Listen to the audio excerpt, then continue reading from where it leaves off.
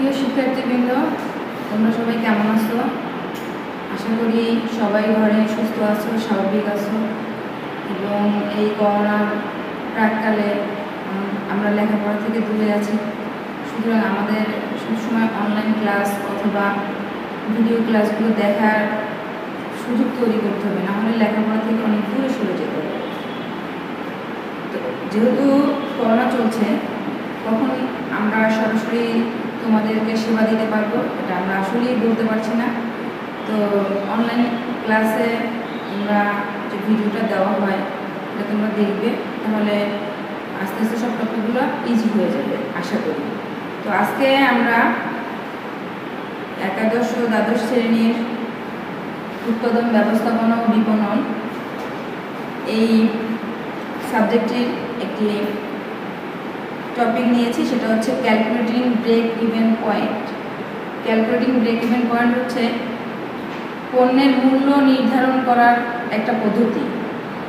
অর্থাৎ আমরা যদি চিন্তা করি যে আমরা একটা পণ্য তৈরি করব, সেটাকে বিক্রি করব, তাহলে কত দামে বিক্রি করব, কত দামে বিক্রি করলে আমাদের লাভ হবে, অথবা কত দামে বিক্রি করলে আমার যে খরচ, এই খরচের থেকে বেশি আমি সেল করতে পারবো। এইটা জাস্ট ধারণা করার জন্য একটা পদ্ধতি হচ্ছে ব্রেক ইভেন পয়েন্ট অ্যানালাইসিস, অর্থাৎ ভারসাম্য বিন্দু নির্ধারণ। ভারসাম্য বিন্দু নির্ধারণটা কি? ভারসাম্য বিন্দু নির্ধারণ হচ্ছে এমন একটা প্রাইস বের করতে হবে যেখানে আয় ব্যয় সমান হবে। অর্থাৎ আয় এবং ব্যয় যদি সমান না হয়, তাহলে আমরা বুঝতে পারবো না যে আমাদের কত টাকা লাভ রেখে পণ্য বিক্রি করতে হবে। তো এরকম একটি পদ্ধতি হলো ব্রেক ইভেন পয়েন্ট বা ভারসাম্য বিন্দু নির্ধারণ। এখন আমরা এই বিষয়টা সম্পর্কে ডিটেলস দেখব, সাথে থাকো।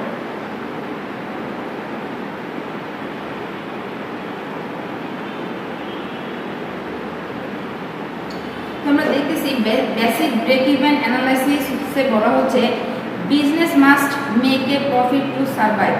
অর্থাৎ যদি ব্যবসার অস্তিত্ব টিকিয়ে রাখতে হয়, তাহলে অবশ্যই ব্যবসায় আমার প্রফিট আর্ন করতে হবে। মুনাফা ছাড়া ব্যবসা টিকে থাকবে না। এরপর বলা হচ্ছে to make a profit income must be higher than expenditure. অর্থাৎ যদি প্রফিট আর্ন করতেই হয়, তাহলে আয় অবশ্যই খরচের থেকে বেশি হতে হবে। তো এখানে আমরা একটি উদাহরণ দেখছি। ইনকাম আছে 50,000, খরচ আছে 40,000। তো এখানে ইজিলি আমরা ক্যালকুলেশন করতে পারছি যে 50,000 বিক্রি হয়েছে, খরচ হয়েছে 40,000, তাহলে দুটো ডিফারেন্স হচ্ছে 10,000, প্রফিট 10,000। এটা জাস্ট বোঝানো হচ্ছে এই জন্য যে প্রফিট ছাড়া কখনো বিজনেস টিকিয়ে রাখা সম্ভব না। আর প্রফিট পেতে গেলে সেল করতে হবে, আর সেল করতে গেলে একটি পারফেক্ট প্রাইস সিলেক্ট করতে হবে। যদি উপযুক্ত মূল্য নির্ধারণ করা না হয়, তাহলে বিজনেসে লাভ হচ্ছে না লস হচ্ছে এটা কিন্তু অ্যানালাইসিস করা যাবে না। তো আমরা পরবর্তী স্লাইডে চলে যাচ্ছি। এখানে আরেকটা স্লট দেখানো হয়েছে, ইনকাম 50,000, কস্ট 60,000। তাহলে এটা কি হচ্ছে? লস হচ্ছে, কারণ ইনকাম কম, খরচ বেশি। এটা আমরা ইজিলি বুঝছি।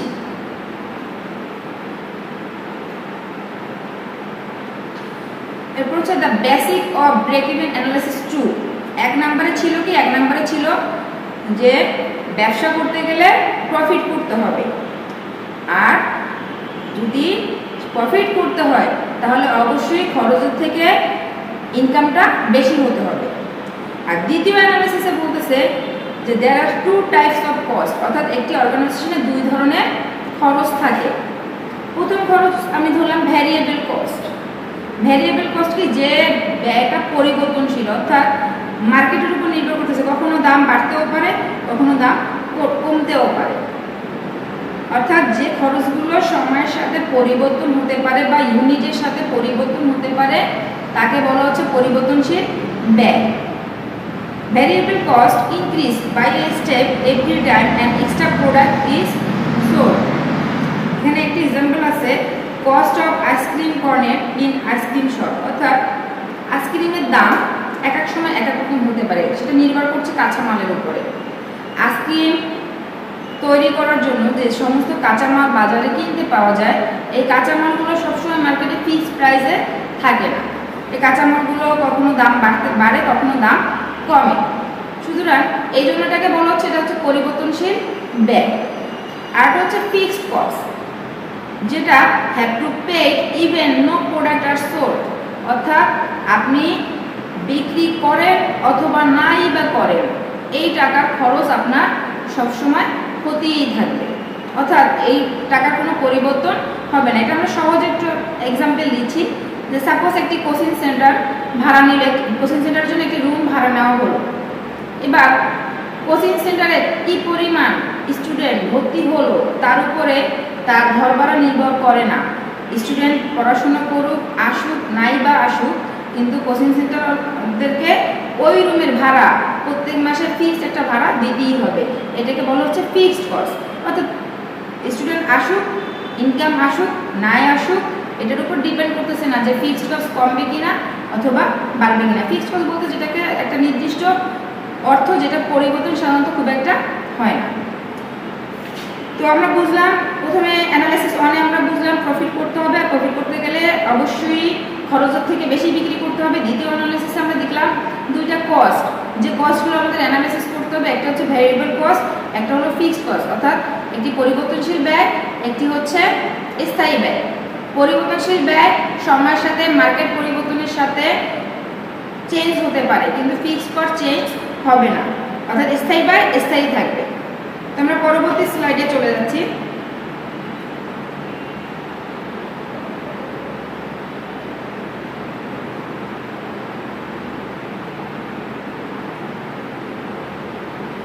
আমরা দেখি দ্য ব্রেক ইভেন পয়েন্টে আমাদের যেটা লাগবে, টোটাল কস্ট লাগবে, variable cost plus fixed cost, অর্থাৎ একটু আগে যেটা আমি বললাম পরিবর্তনশীল খরচ আর স্থায়ী খরচ, এই দুইটা খরচ মিলে হয় একটি অর্গানাইজেশনের মূল খরচ, অর্থাৎ টোটাল যে খরচ। এরপর বলেছে when total cost is equal to sales revenue, this is called the break even point, অর্থাৎ যখন আমার টোটাল যে খরচ আর টোটাল যে বিক্রি, এই দুইটা যখন সমান হবে, অর্থাৎ দেখা গেল যে আমার 100 টাকা খরচ হয়েছে, আমি 100 টাকায় বিক্রি করছি, অর্থাৎ নো লাভ নো লস, এরকম একটা পয়েন্টে যদি আমরা পৌঁছাতে পারি, তো তাকে বলা হচ্ছে ব্রেক ইভেন পয়েন্ট, অর্থাৎ ওই বিন্দুটার নাম হচ্ছে ভারসাম্য বিন্দু। এরপর বলা আছে দেখেন, at this point the business is not making a profit or loss, it is simply breaking even, অর্থাৎ এই পয়েন্টে কোম্পানি কোনো প্রফিট করবে না, কোনো লস করবে না। তাহলে এই পয়েন্টটা হচ্ছে কি একটা ভারসাম্য বিন্দু, যার উপরে গেলে লাভ, নিচে গেলে লস, অর্থাৎ যদি খরচ আর ইনকাম সমান হয়। এবার এই যে বিন্দু, এই বিন্দুর নিচে গেলে লস হবে, এই বিন্দুর উপরে গেলে প্রফিট হবে। তো এইটাকেই আমরা ছবির মাধ্যমে এবং একটি অঙ্কের মাধ্যমে তোমাদেরকে এখন বুঝিয়ে দিব।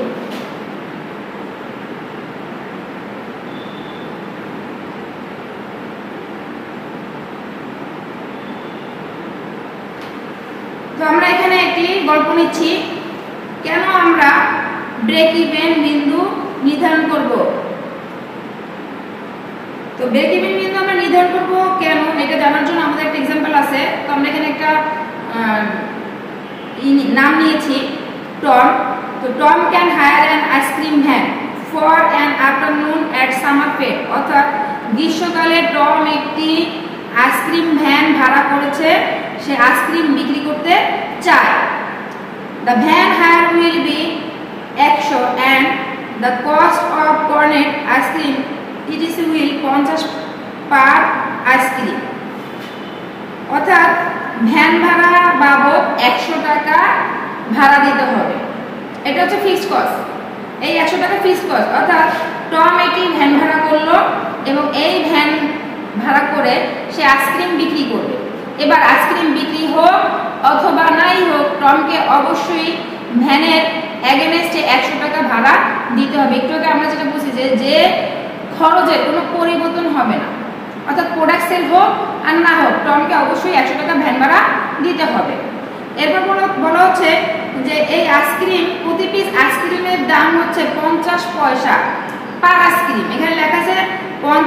পয়সা পার আইসক্রিম, প্রতিটি আইসক্রিমের মূল্য হবে 50 পয়সা। এবার টম কত টাকায় প্রতিটি আইসক্রিম বিক্রি করবে? টমে তো জানতে হবে যে যেহেতু সে ভ্যান ভাড়া দিচ্ছে 100 টাকা, এক পিস আইসক্রিম কিনবে 50 পয়সা করে, তাহলে কত টাকা করে প্রতি পিস আইসক্রিম সে বিক্রি করবে? তো দেখি টম কি চিন্তা করলো। Tom think A sensible selling price will be 1.50, অর্থাৎ 1.5 টাকা করে সে প্রতি পিস আইসক্রিম বিক্রি করতে চায়। How many ice cream must he sell to cover his cost? এখন যদি টম 1.5 টাকা করে প্রতি পিস আইসক্রিম বিক্রি করতে চায়, তাহলে টমের যে কস্টিং আছে এই কস্টিং কভার দিতে গেলে ওর কত পিস আইসক্রিম বিক্রি করতে হবে? Calculating this will help Tom to decide if the idea is worthwhile. অর্থাৎ এটি ক্যালকুলেশনের মাধ্যমে টম জানতে পারবে যে তার যে এই যে বিজনেস থটটা এটা আসলে তার জন্য উপযুক্ত কিনা। তো আমরা দেখি যে টম 100 টাকা ভ্যান ভাড়া করলো, 50 পয়সা আইসক্রিমের দাম রাখবে, 50 পয়সা করে আইসক্রিম কিনবে এবং 1.5 টাকা করে বিক্রি করবে। এই অবস্থায় টমের খরচ কত হবে এবং টম আইসক্রিমের দাম 1.5 টাকা করে নিলে তার লাভ হবে না লস হবে, এটা আমরা অ্যানালাইসিস করব।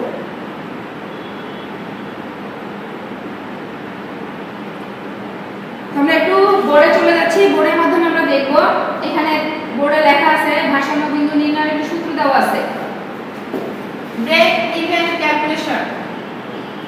ব্রেক ইভেন ক্যালকুলেশন করতে গেলে আমাদের লাগবে স্থায়ী ব্যয়, এরপর লাগবে প্রতিটি পণ্যের মূল্য, তারপর লাগবে পরিবর্তনশীল ব্যয়।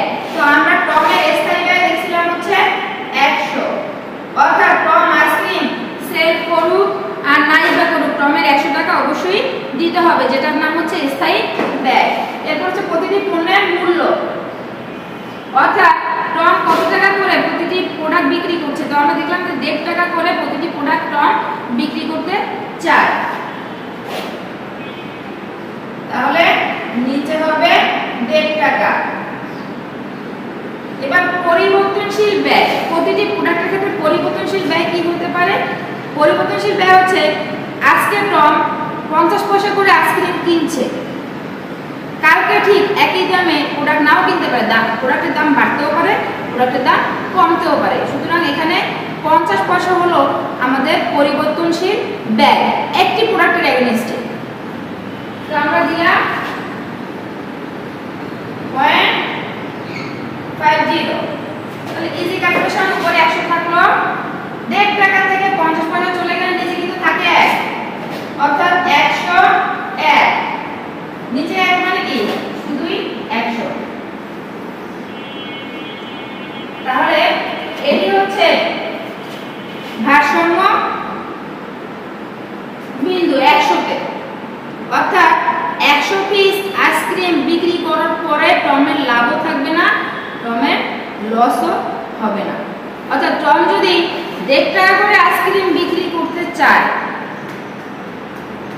তাহলে তার 100 পিস আইসক্রিম বিক্রি করার পর তার খরচ উঠবে, তার আগে খরচ উঠবে না।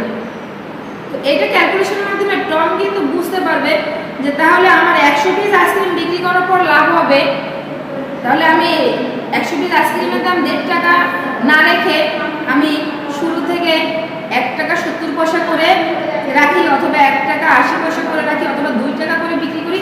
জাস্ট একটা অ্যাজাম্পশন, একটা ধারণা নিতে পারবে। ব্রেক ইভেন অ্যানালাইসিস বলতে বোঝাচ্ছে জাস্ট একটা ধারণা নেওয়া যে ব্যবসার প্রফিট হচ্ছে না লস হচ্ছে, মূল্য নির্ধারণ সঠিক হচ্ছে না মূল্য নির্ধারণ ভুল হচ্ছে। তো এই ক্যালকুলেশনের মাধ্যমে আমরা জানতে পারলাম যে টম যদি 100 পিস আইসক্রিম বিক্রি করে, তাহলে তার যে খরচ এবং ইনকাম দুটো সমান সমান হবে। আর যেখানে আয় ব্যয় সমান, এরকম একটা বিন্দুর নাম হচ্ছে ভারসাম্য বিন্দু।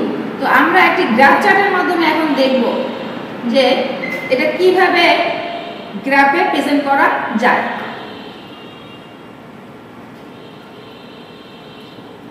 তো এই গ্রাফে আমরা দেখতে পাচ্ছি টমের আইসক্রিম ফিক্সড কস্ট, হলুদটা হচ্ছে ফিক্সড কস্ট, হলুদ কালার, তাহলে ফিক্সড কস্ট বলতে আমরা কি ধরেছিলাম, টমের ভ্যান ভাড়া, অর্থাৎ 100 টাকা ভ্যান ভাড়া টমকে দিতে হবে, সে আইসক্রিম বিক্রি করুক অথবা নাই বা করুক। তো এই হচ্ছে 100। এই আমি ফিক্সড কস্টের লাইন দেখাচ্ছি, যেটা হচ্ছে ফ্ল্যাট। এটা কিন্তু এভাবে যায়নি, কারণ কি ফিক্সড কস্ট কখনো ওঠানামা করবে না, এটা ফিক্স থাকবে, এজন্য এটা স্ট্রেট লাইনে প্রেজেন্ট করা হয়।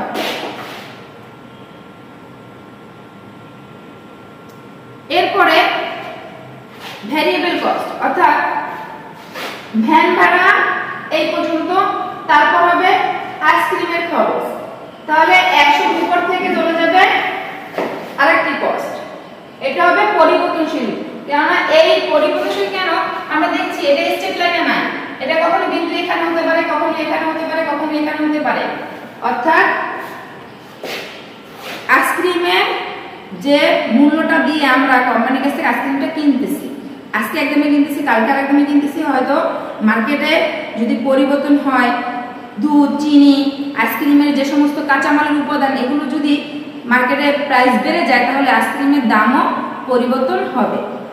তাহলে এখানে আমরা দুইটা কস্ট দেখলাম, এই পর্যন্ত হলো ফিক্সড কস্ট, এখানে হলুদ দাগের পর্যন্ত, হলুদ দাগের উপরে যে পার্পল কালার আছে এই দাগ পর্যন্ত হচ্ছে ভ্যারিয়েবল কস্ট, পরিবর্তনশীল ব্যয়। এবার এই দুইটা কস্ট যোগ করলে হবে টোটাল কস্ট। এই পর্যন্ত এই দুটো মিলে টোটাল কস্ট। এখন আমরা এখানে দেখতে পেলাম ফিক্সড কস্ট আছে, ভ্যারিয়েবল কস্ট আছে। এবার আমাদের এমন একটা বিন্দু বের করতে হবে যেখানে আয় এবং ব্যয় দুটোই সমান হবে। তোমরা দেখি, এরপরে একটি সেলস রেভিনিউ দেওয়া আছে, সেলস রেভিনিউ, বিক্রয় মুনাফা। এই বিক্রয় মুনাফা সবসময় কোম্পানির এক্সপেকটেশন থাকে যে সে 0 থেকে একদম হাইয়েস্ট পর্যন্ত প্রফিট নিয়ে যাবে, এটাই তার এক্সপেকটেশন থাকে। তো এই জন্য এটা আমরা একদম 0 থেকে হাইয়েস্ট পর্যন্ত আঁকবো। আঁকার পরে দেখা যাবে যে রেভিনিউ রেখা টোটাল কস্টের যে রেখার সাথে সেট করে, এটা হচ্ছে রেভিনিউ রেখা, আর এই দুটো মিলে হচ্ছে টোটাল কস্ট রেখা। এই দুইটা রেখা যে বিন্দুতে সেট করছে, এই বিন্দুর নাম হচ্ছে কি, এই বিন্দুর নাম হচ্ছে ভারসাম্য বিন্দু। অর্থাৎ এই বিন্দুটা কোন সোজা স্টেট কোথায় আছে, আছে 150। তার মানে এই 150 পর্যন্ত যে কস্টিং, এই কস্টিং পর্যন্ত আয় ব্যয় সমান, ভারসাম্য বিন্দুতে আয় ব্যয় সমান। এখন যদি টমের লাভ করতে হয়, তাহলে অবশ্যই এই বিন্দুর উপরে বিক্রি করতে হবে, এই বিন্দুর নিচে যে কোনো জায়গায় সেল করলে সেটা লস হবে। তো ভারসাম্য বিন্দু নির্ধারণের মাধ্যমে আসলে আমরা বুঝতে পারি যে আমার প্রফিট মার্জিনটা কোন লেভেলে আছে, আমার প্রোডাক্টের প্রাইসিং যে পদ্ধতি সেটা সঠিক আছে কিনা।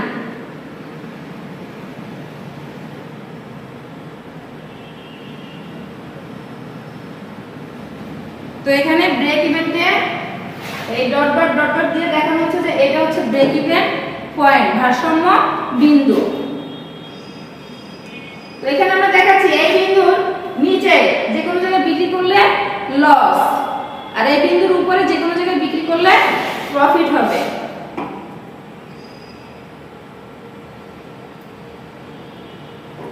তো আমরা এখানে কিছু एग्जांपल প্রেজেন্ট করতেছি ভ্যারিয়েবল কস্ট আর ফিক্সড কস্ট, অর্থাৎ বোঝার জন্য যে কোনগুলো আমাদের পরিবর্তনশীল ব্যয়, কোনগুলো আমাদের স্থায়ী ব্যয়। Variable cost material, labour, energy, অর্থাৎ যে কাঁচামালগুলো আছে, আমাদের যে শ্রমিক আছে, আমাদের যে শক্তিগুলো আছে, প্রোডাকশনের জন্য যে শক্তিগুলো ব্যবহার করা হয়, বিদ্যুৎ, গ্যাস, কয়লা, এগুলোর প্রাইস পরিবর্তন হবে। আর ফিক্সড কস্ট কি, রেন্ট, ভাড়া, business rates, interest on loan, insurance এবং স্টাফ কস্ট, এগুলো হচ্ছে ফিক্সড কস্ট। অর্থাৎ প্রোডাক্ট তৈরি হোক আর না হোক ভাড়া দিতেই হবে। লোন আছে, কোম্পানির লোন নেওয়া আছে ব্যাংকের থেকে, সুতরাং তার ওই লোনের এগেইনস্টে যে পার মান্থ যে টাকাটা দিতে হয় সেটা দিতেই হবে। ম্যানেজারকে প্রোডাক্ট তৈরি হোক আর না হোক ম্যানেজারকে বেতন তার দিতেই হবে, এগুলো সব ফিক্সড কস্ট। তো আমরা ফাইনালি দেখলাম যে এই যে সূত্র, এই সূত্রের মাধ্যমে আমরা ব্রেক ইভেন অ্যানালাইসিস করতে পারবো। আর ব্রেক ইভেন অ্যানালাইসিস করলে আমাদের সুবিধা কি?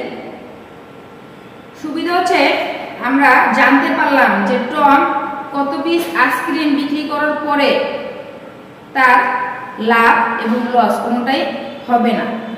সাথে সাথে আমরা এটাও দেখলাম যে প্রতি পিস প্রোডাক্টের দাম সে যদি 1.5 টাকা করে নির্ধারণ করে তাহলে কিন্তু তার 100 পিস আইসক্রিম বিক্রি করার পর কস্ট উঠবে।